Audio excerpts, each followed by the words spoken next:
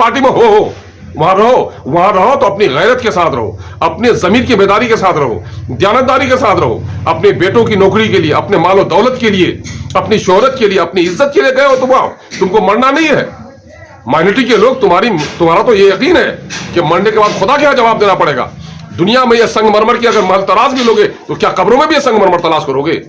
ये चोरी हो रही है, हमारे यहाँ डकैती हो रही है। जो लोग पहरेदार बन के गए हैं वो डाकुओं के हिस्सेदार बन गए हैं, हमारी पहरेदारी कोई नहीं कर रहे हैं।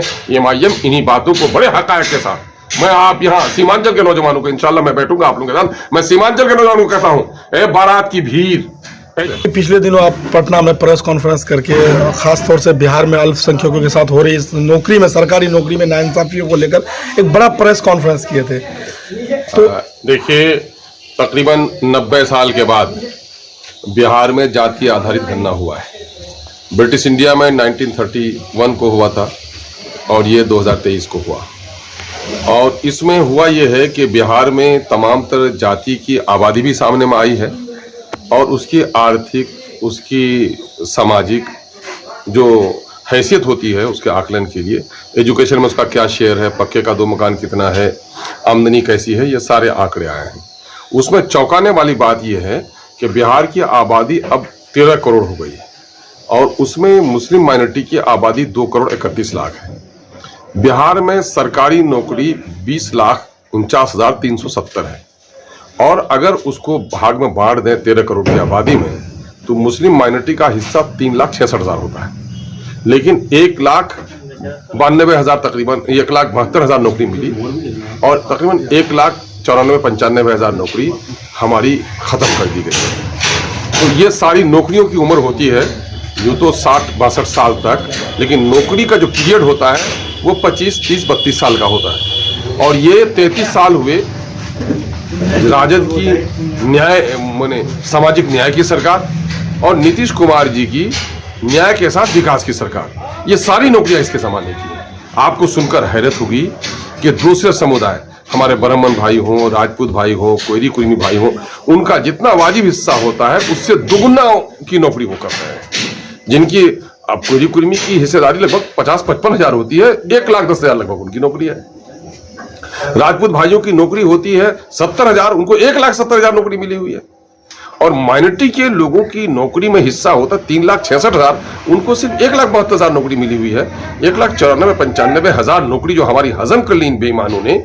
अब इस 1,94,95,000 में कम से कम 10,000 15,000 ऑफिसर हमारे होते, हमारे सीओ होते, बीडीओ होते, दारोगा होते, डीसीएलआर होते, डीएम तक होते, लेकिन हमको वहां नहीं पहुंचने दिया गया है। तो न्याय कहां है? और जमहूरियत में सबको बराबरी का हिस्सा है। टैक्स हम नहीं देंगे तो मेरे गर्दन पर आप सवार हो जाएंगे और नौकरी करने आएंगे तो हमारा गला आप दबाएंगे, ये कैसे होगा? इसने बड़ी नाइंसाफी की है। मैं समझता हूं कि बिहार में अगर माइनॉरिटी के लोग को होश है तो उनको होश को नाखून लेने चाहिए। दूसरी तरफ जो एससी है, अनुसूचित जाति है, उनकी आबादी लगभग 2.5 करोड़ की है, 2 करोड़ 56 हजार की है। उनकी 2 करोड़ 56 लाख की है और उनकी नौकरी में हिस्सेदारी लगभग 4 लाख से ज्यादा होती है और उनकी भी 1,11,000 नौकरी हजम कर ली इन बेईमानों। तो ये दोनों समुदाय जो है, तो गोया दलित तो दलित है ही, माइनॉरिटी के लोगों की हालत इतनी खराब नहीं थी पहले जितनी हालत खराब की है इन लोगों ने। बीजेपी का खौफ दिखा इनको वोट दो और इनको वोट दो तो आपको हर सेक्टर में गरीब रखेंगे, आपको नौकरी में आप झंडा उठाइए, सिर्फ इनका तालियां पीटिए, इनकी सभाओं में भीड़ लगाइए।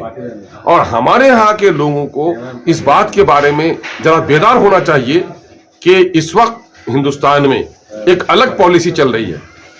पार्लियामेंट और असेंबली में भी मुसलमानों को नुकसान पहुंचाने वाले कानून पास किए जा रहे हैं। टाडा और पोटा में जितनी गिरफ्तारियां हुई हैं बेकसूर मुसलमानों की, किसी की नहीं हुई है। तो आज तालीमी इदारे में हम कम हैं, जेल में हम ज्यादा हैं, माली एतबार से हम कम हैं। तो आखिर हम टैक्स देते हैं, टैक्स से ही सरकार चलती है, बजट का मामला है। और ये रिपोर्ट चीख चीख कर कह रही है कि मुसलमानों, जो तुम कभी लाल किला पर बैठते थे, तुम्हारे हश्र ये होने जा रहा है। मैं अपने खतीबों से गुजारिश करता हूँ, दानिशवरों से गुजारिश करता हूँ, सहाफियों से गुजारिश करता हूँ, आप जैसे लोग जो लोग सहाफत में हैं, मीडिया में जुड़े हुए, उनसे गुजारिश करता हूँ, दलितों से मैं गुजारिश करता हूँ कि उठिए और अपने साथ हो रही इस नाइंसाफी के खिलाफ आवाज उठाइए। अपने मन में डूब के पा जा तू सुराग जिंदगी, तू मेरा न बनता न बन, अपना तो बन।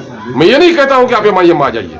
अब मैं आपसे ये कहता हूं कि माइनॉरिटी का वोट लेकर जो लोग जीत के जाते हैं इन सो-कॉल्ड सेकुलर पार्टियों में, ये उन पार्टियों की जाकर के वकालत करते हैं आपके दरमियान में। अभी आपने देखा होगा पूरे बिहार में जमा खान साहब की क़यादत में, है ना, एक बेदारी की लहर चली। खालिद साहब उसमें थे, चूंकि उनको नवाजा गया था एमएलसी में, तो कहा गया कि एमएलसी तुमको दिए तो कुछ तो करना पड़ेगा, आके ढोल बजा रहे थे। इन लोगों से सवाल कीजिए कि आप माइनॉरिटी के नाम पर आए हो और क्या किया हमारे लिए। इंसाफ की बात करो। इंसाफ की बात करने के लिए नहीं है तो आपको दोस्त और दुश्मन में पहचान पैदा करनी पड़ेगी। मैं ये नहीं कहता हूं कि आप एमआईएम में आ जाओ, आप जिस पार्टी में हो वहां रहो तो अपनी गैरत के साथ रहो, अपने जमीर की बेदारी के साथ रहो, दयानतदारी के साथ रहो। अपने बेटों की नौकरी के लिए, अपने मालो दौलत के लिए, अपनी शोहरत के लिए, अपनी इज्जत के लिए गए हो तुम आओ, तुमको मरना नहीं है। माइनॉरिटी के लोग तुम्हारा तो ये यकीन है कि मरने के बाद खुदा के यहां जवाब देना पड़ेगा। दुनिया में यह संगमरमर की अगर महल तलाश भी लोगे तो क्या कब्रों में भी यह संगमरमर तलाश करोगे। ये चोरी हो रही है, हमारे यहाँ डकैती हो रही है। जो लोग पहरेदार बन के गए हैं वो डाकुओं के हिस्सेदार बन गए हैं, हमारी पहरेदारी कोई नहीं कर रहे हैं। एमआईएम इन्हीं बातों को बड़े हकायक के साथ, मैं आप यहाँ सीमांचल के नौजवानों को, इंशाल्लाह मैं बैठूंगा आप लोगों के साथ, मैं सीमांचल के नौजवानों को कहता हूं, ए बारात की भीड़, ए जलसे में जाने वालों मेरे दोस्तों, जरा इन बातों पर भी गौर करो कि हम जलसे करते हैं तो अपनी आबादी को देखकर कितना खुश हो जाते हैं।